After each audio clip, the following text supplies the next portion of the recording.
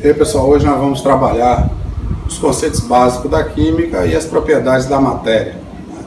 Então, entre os conceitos básicos, primeiro colocar um dos conceitos que é utilizado aqui para a química, onde a química estuda os materiais da natureza e os produzidos pelo homem. Então a química se preocupa tanto em estudar os materiais que são naturais, e também aqueles que são produzidos artificialmente pelos homens e as transformações que esses materiais sofrem. Aí, como nós estamos falando dos conceitos básicos, nós temos átomos, que o átomo ele tem um conceito mais utilizado, que é a menor parte que forma a matéria, porque ele vem do conceito que foi criado há 4, 5 séculos antes de Cristo por dois filósofos, Leucipo e Demócrito, que imaginaram cortando a matéria, dividindo a matéria consequentemente ao meio, chega um momento que não era mais possível dividir, e aí foram para a literatura e algo indivisível lá era átomo, então daí vem esse conceito de átomo de menor parte que forma a matéria. Já que falou de matéria, nós temos aí que matéria, conceito de matéria, nós temos que matéria é tudo que tem massa e ocupa lugar no espaço. Então tem uma cadeira é uma matéria, a caneta é uma matéria, o lápis é uma matéria, o ar atmosférico que nós respiramos também é matéria, porque tem massa e também ocupa lugar no espaço.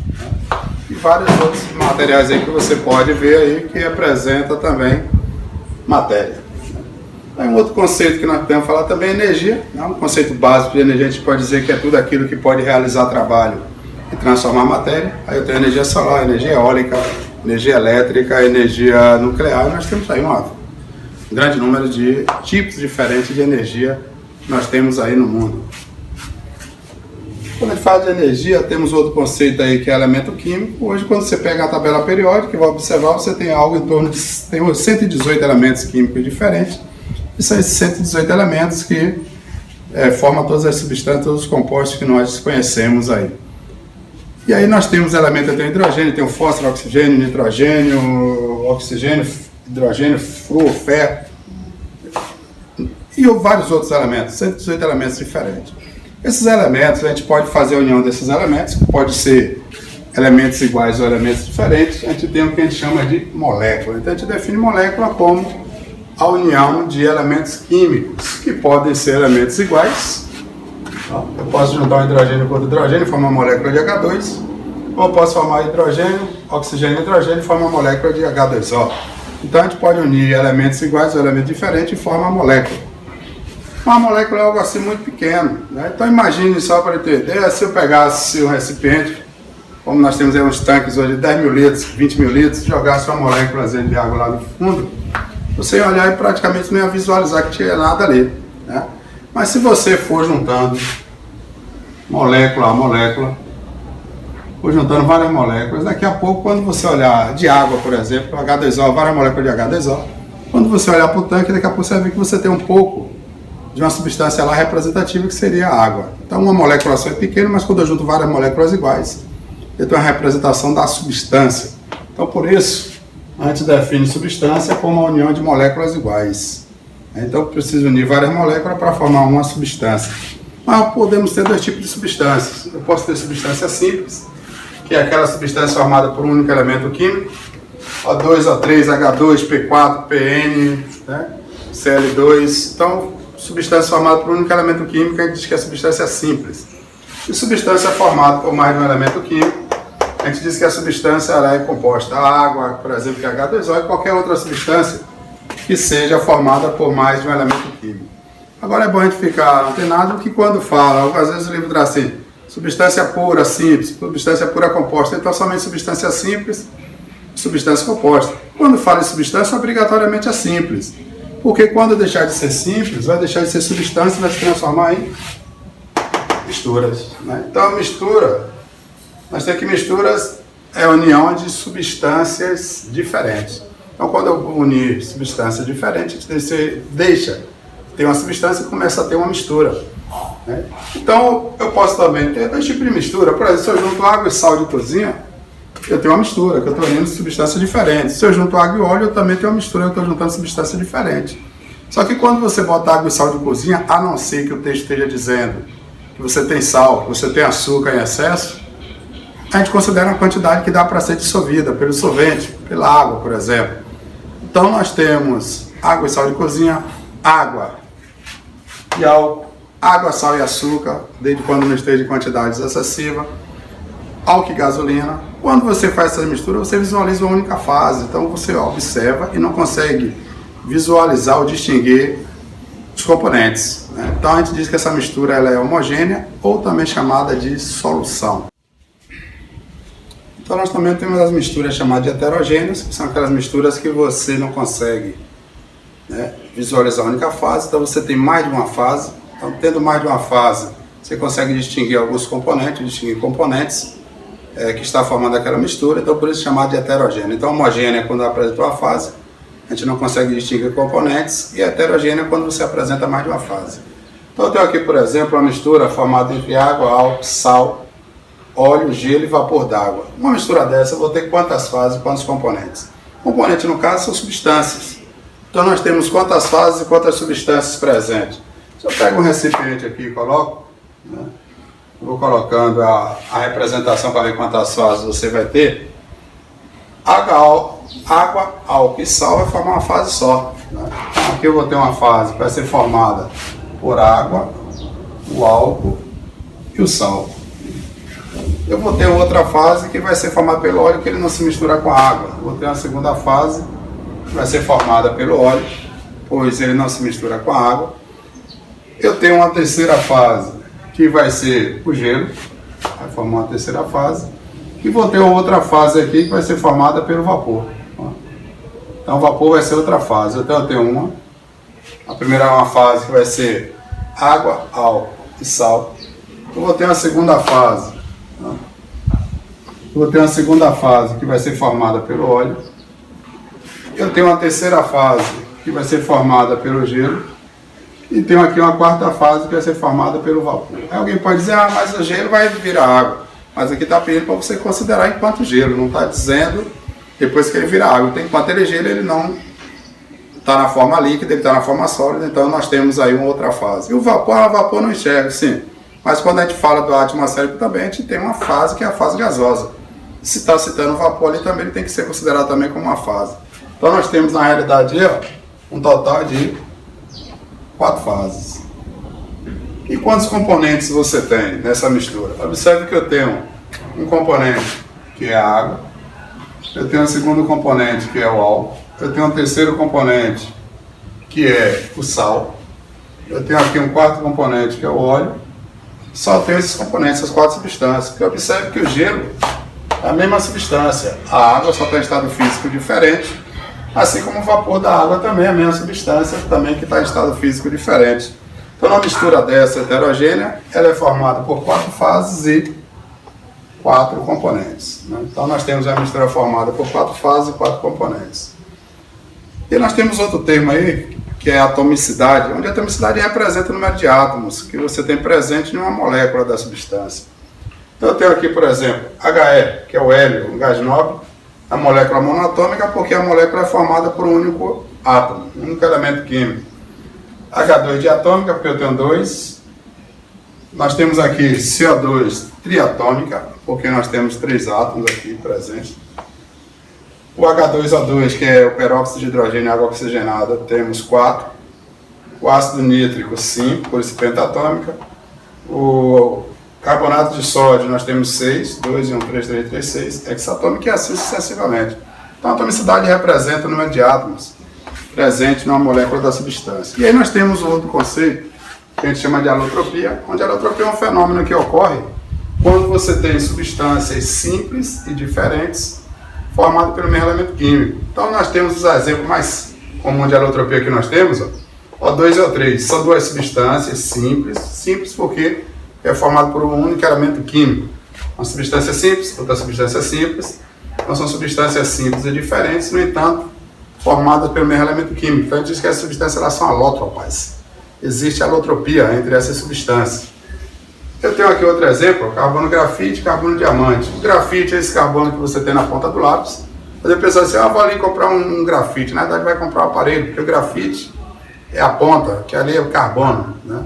E eu tenho o carbono diamante, que na forma bruta é aquele aparelhozinho que o pessoal usa quando vai botar um vidro ou um piso em sua casa, que risca o vidro ou o piso, porque ele tem uma grande durabilidade, ele é muito duro, então por isso ele é fácil cortar o vidro, cortar o piso com ele. Às vezes o pessoal pensa, ali foi ferro, aquilo ali é ácido, na realidade é diamante na forma bruta, que aquele meio diamante, ele na natureza, quando ele é lapidado sobre alta temperatura e pressão, depois de milhares de anos, ele se transforma em carbono precioso, pedra preciosa. Né? Nós temos ainda a alotropia, né? E tem o carbono, o fulereno também, mas nós temos os mais utilizados, esses aqui. Nós temos aí o fósforo também, tem um PN, que é o fósforo vermelho, que é usado aí na caixa do fósforo, que utiliza para riscar o palito, porque o palito na verdade tem a pólvora, o fósforo ele está na caixa, né?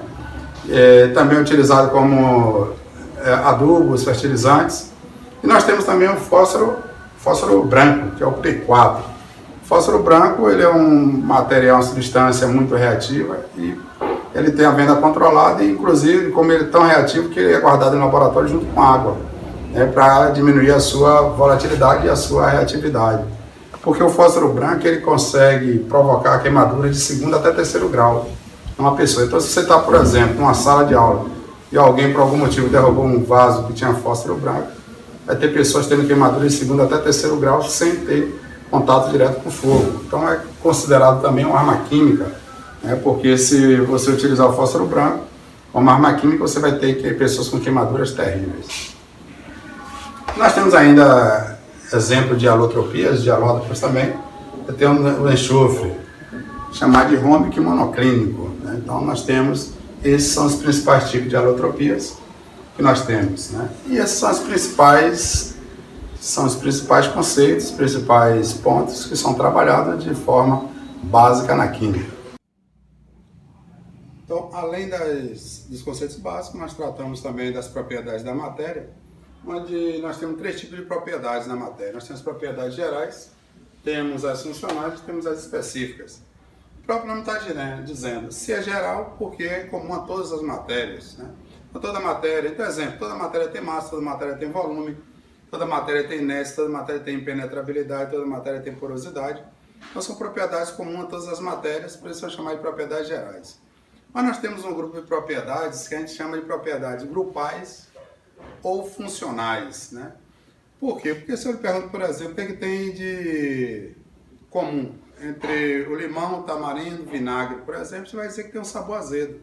Então não são todas as substâncias que têm sabor azedo, né? Existe um grupo de substâncias que tem essa característica de ter o sabor azedo. Então toda substância que tem sabor azedo faz parte de um grupo de substâncias que a gente chama de ácidos. Então os ácidos têm sabor azedo, as substâncias ácidas é uma propriedade de grupo, propriedade grupal, porque toda substância que tem esse sabor é substância ácida. Nós temos substâncias, né, que faz parte de um grupo que a gente chama de sabor adstringente.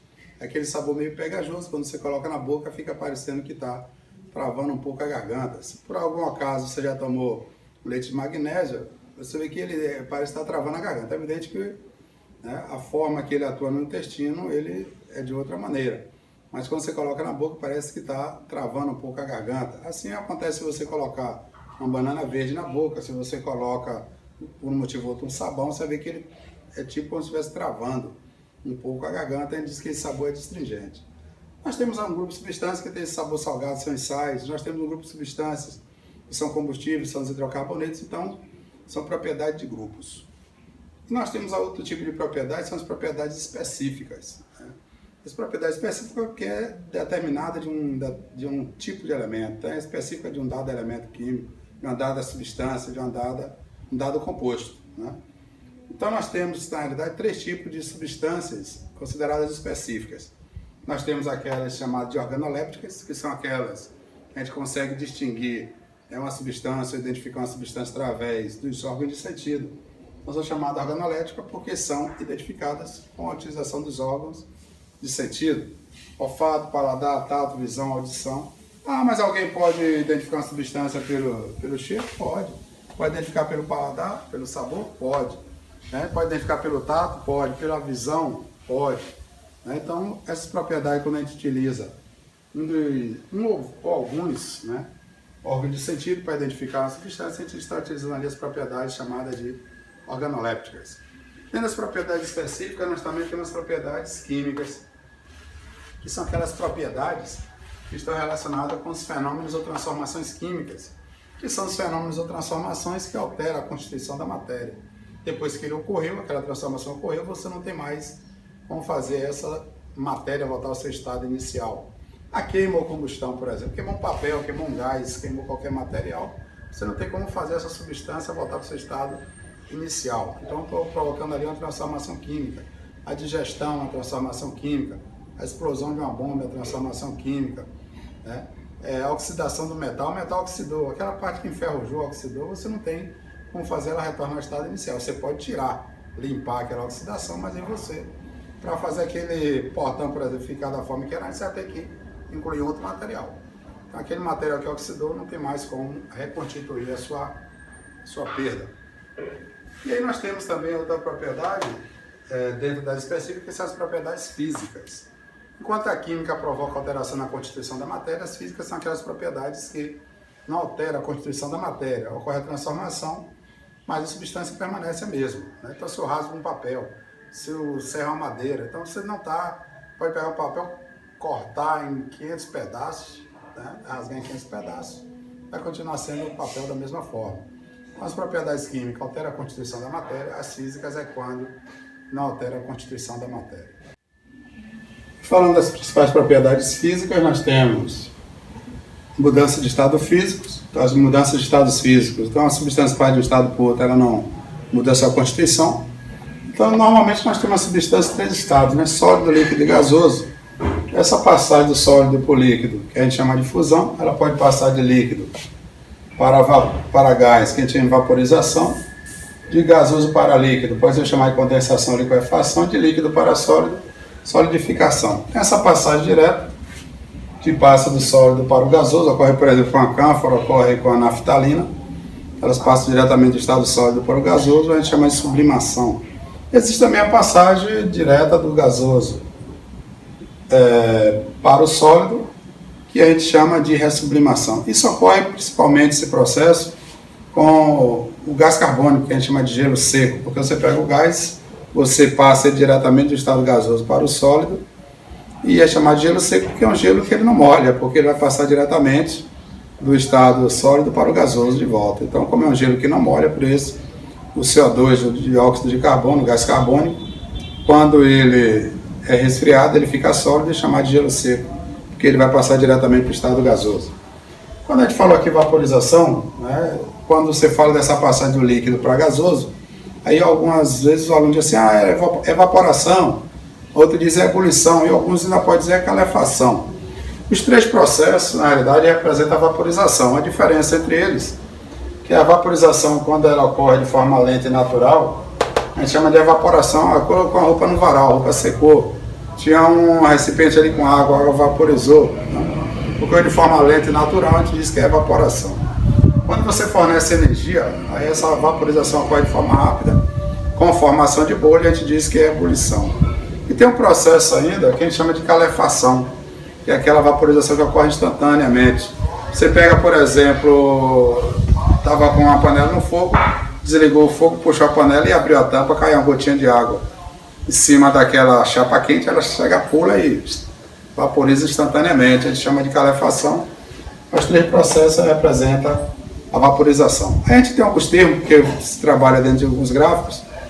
Ponto de fusão. A fusão é a passagem do sólido para o líquido, então o ponto de fusão é a temperatura que ocorre essa passagem do sólido para o líquido. Ponto de ebulição, temperatura que passa do líquido para o gasoso. O ponto de liquefação é a temperatura que vai passar, a substância vai passar do gasoso para o líquido. Ponto de solidificação, a temperatura que a substância vai passar do líquido para o sólido.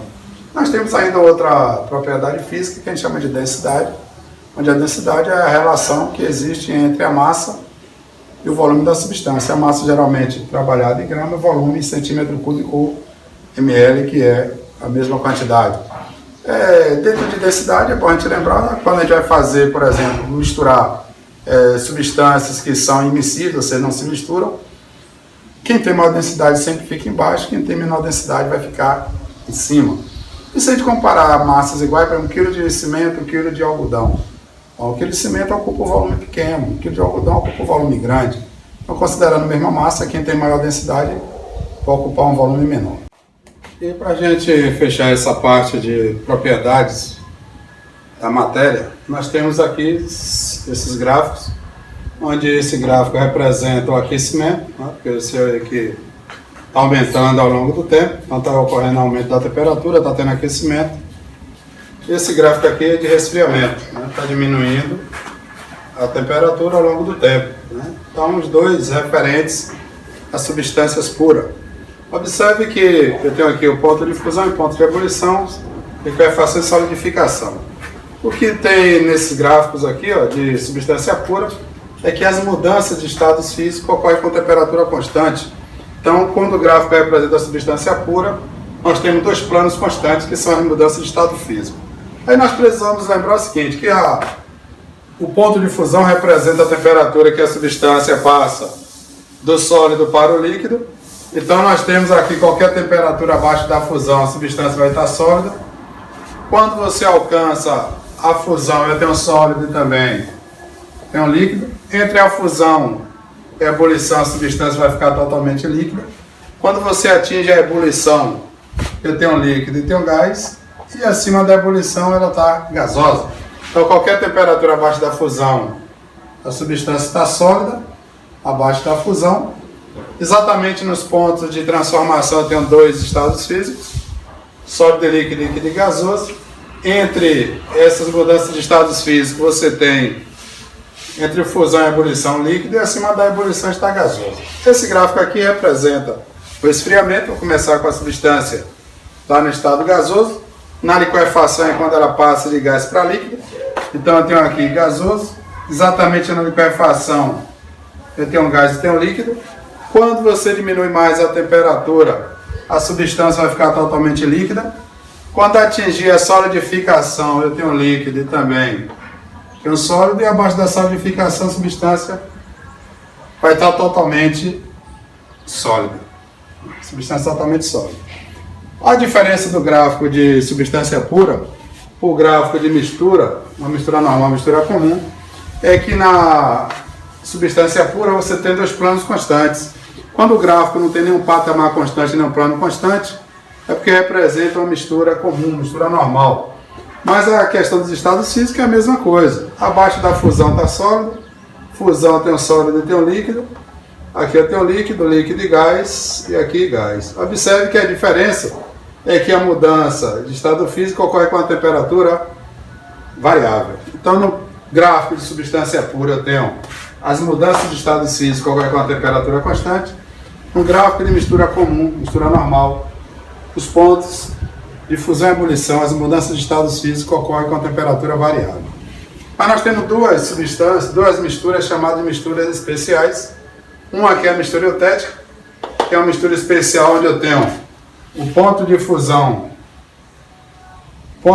é constante, o ponto de ebulição é variável. Então observe que eu tenho fusão constante, ebulição variável.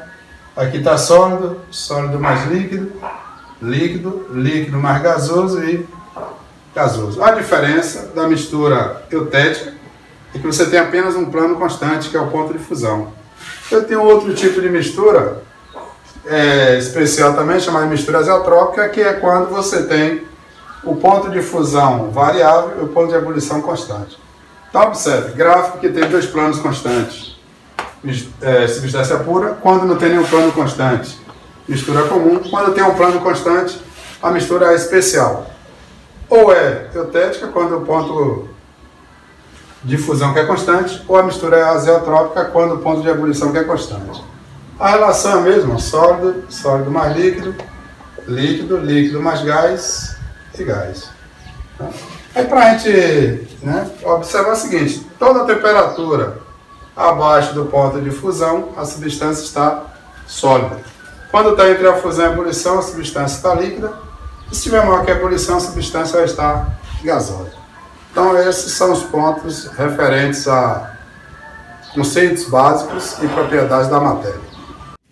Para fechar essa aula em relação a conceitos básicos e propriedades da matéria, vou fazer aqui duas questões para a gente ver a aplicação. Então, nessa primeira questão está sendo dada a tabela, então nós temos aqui dada a tabela a seguir em relação à fase de agregação das substâncias, a alternativa correta é. Observe que tem as 5 substâncias, os pontos de fusão e os pontos de ebulição. Em relação a esses dados, está pedindo para que você assinale o que está correto. Então está dizendo na letra A que a substância 1 está líquida a 30 graus. Então se você observar 30 graus, já é maior que o ponto de fusão, ponto de ebulição.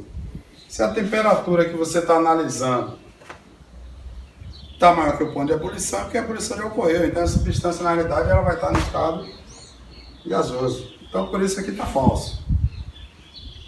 2 é gasoso a 25 graus. Se você olhar a substância 2, 25 graus está maior que o ponto de fusão, né? Então a temperatura está maior que o ponto de fusão, no entanto ela é menor que o ponto de ebulição. Então a substância, nesse caso, ela está no estado líquido e está dizendo que ela está gasosa. A 3 está dizendo que é sólida a 25 graus. Se você olhar 25 graus, está abaixo do ponto de fusão. Então essa temperatura é menor que o ponto de fusão. Se está menor que o ponto de fusão, a substância está sólida. Por isso aqui está verdadeiro. Se você analisar a letra D, está dizendo que 4 é líquida a 480 graus. Se você olhar 480 graus, está menor que o ponto de fusão. Se a temperatura que você está analisando é menor que o ponto de fusão, essa substância ela vai estar sólida e não líquida, como está sendo dito aí. E a letra E, 5 é gasosa a 2400. Se você olhar 2400 graus, está entre a fusão e a ebulição. Então, se uma temperatura ela é maior que o ponto de fusão e ela é menor que o ponto de ebulição, essa substância ela vai estar líquida. Então, nós temos aí realmente a letra C é que está correta, porque a substância 3 a 25 graus, ela está maior que a fusão, menor que a ebulição. Por isso, a substância 25 graus, ela é menor que a fusão. Se ela é menor que a fusão, a substância ela está sólida. Então, lembrando, como a gente já tinha visto antes, se a temperatura está abaixo da fusão, a substância está sólida. Se ela está entre a fusão e a ebulição, ela está líquida. E se é maior que a ebulição, ela está gasosa. Aí tem uma segunda questão aqui, pedindo para você considerar as informações que estão sendo dadas aqui. E, baseado nessas informações, está querendo saber o que é que está correto. A primeira informação está dizendo que substância pura é um material formado por moléculas iguais. Então, se eu tenho um único tipo de molécula, eu tenho uma substância pura, que ela pode ser pura simples ou pura composta. Mas a substância pura, ela tem apenas um tipo de molécula, por isso está verdadeiro. Toda substância simples é pura. Toda substância, ela pode ser simples ou pode ser composta, mas ela é substância pura, porque quando deixar de ser pura, vai se transformar em mistura. Então aqui também está verdadeiro. 3. Substância composta formada por moléculas iguais, mas com átomo de mais de um elemento químico. Então, se é substância, ela vai ter que ser moléculas iguais. Agora, o fato dela ser composta, realmente ela é formada por mais de um tipo de elemento químico.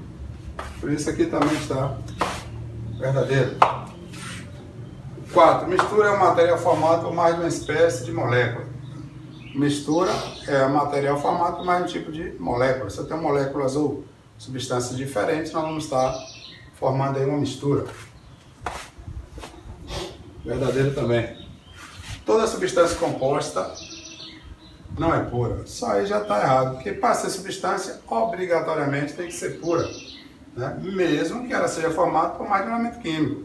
Se ela é substância, ela é pura. Ela pode ser simples, quando é formada por um único elemento, ou ela vai ser composta quando ela é formada por mais de um elemento. Mas, falando em substância, obrigatoriamente substância é substância pura. Então isso aqui está falso. Todo sistema polifásico é mistura heterogênea. Isso também está falso, porque observe, se eu pegar um recipiente aqui e colocar água líquida, colocar gelo e ainda colocar vapor. Ó.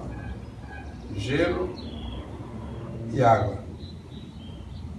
Eu tenho um sistema polifásico com mais de uma fase, com 3 fases nesse caso aí.